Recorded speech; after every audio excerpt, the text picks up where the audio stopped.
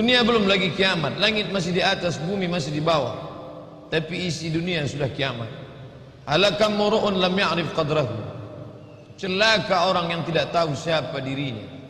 Dia tidak mengenal perjuangan bangsa, tokoh-tokoh pendahulunya.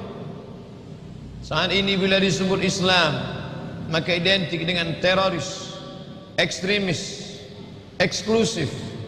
Bahkan yang lebih memalukan, guru takut bicara Islam di lokal, dosen malu bicara Islam di depan siswanya, karena dia akan dicap anti NKRI, tidak berjiwa kebangsaan, hanya membawa agama.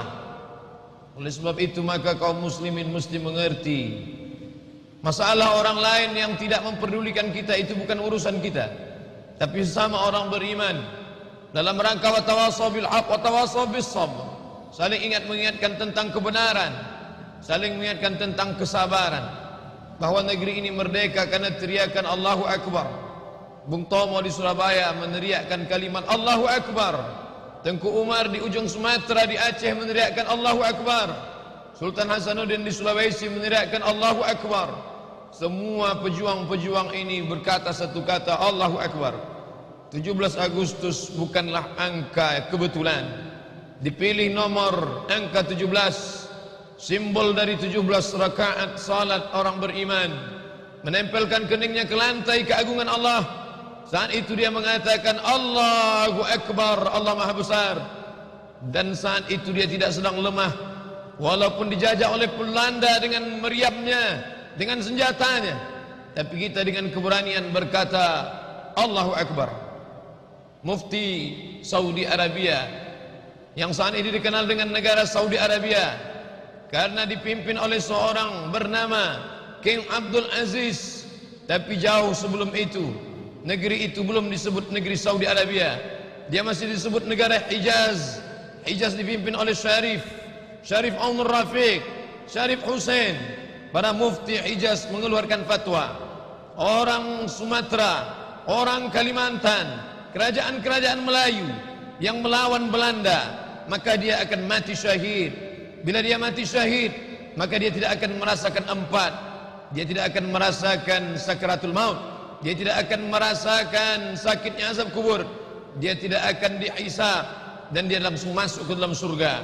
Semangat fatwa dari Jazirah Arab, dari Hijaz, itu yang membangkitkan kobar semangat jihad. Tapi lalu kemudian Belanda laknatullah alaih, datang seorang bernama Snokhor Gronyi, mengusulkan agar dibuat sebuah penjara yang sampai hari ini masih tegak berdiri di Pulau Sabang, non di ujung Sumatera. Mereka orang-orang Aceh yang menumpahkan darah, rela menghilangkan nyawanya, meninggalkan anak istrinya. Mereka tidak dianggap sebagai mujahid fisabilillah, mereka dianggap sebagai orang yang gila. Orang yang gila mesti masuk ke dalam penjara. Maka para pejuang yang meneriakkan Allahu Akbar itu dimasukkan ke dalam penjara karena dianggap sebagai orang yang gila. Bila dulu yang mengatakan kita gila adalah Belanda, kita tidak terlalu sakit hati.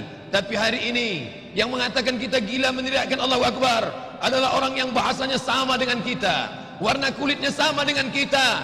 Maka kita mesti ingat kembali, negeri ini merdeka karena teriakan Allahu Akbar.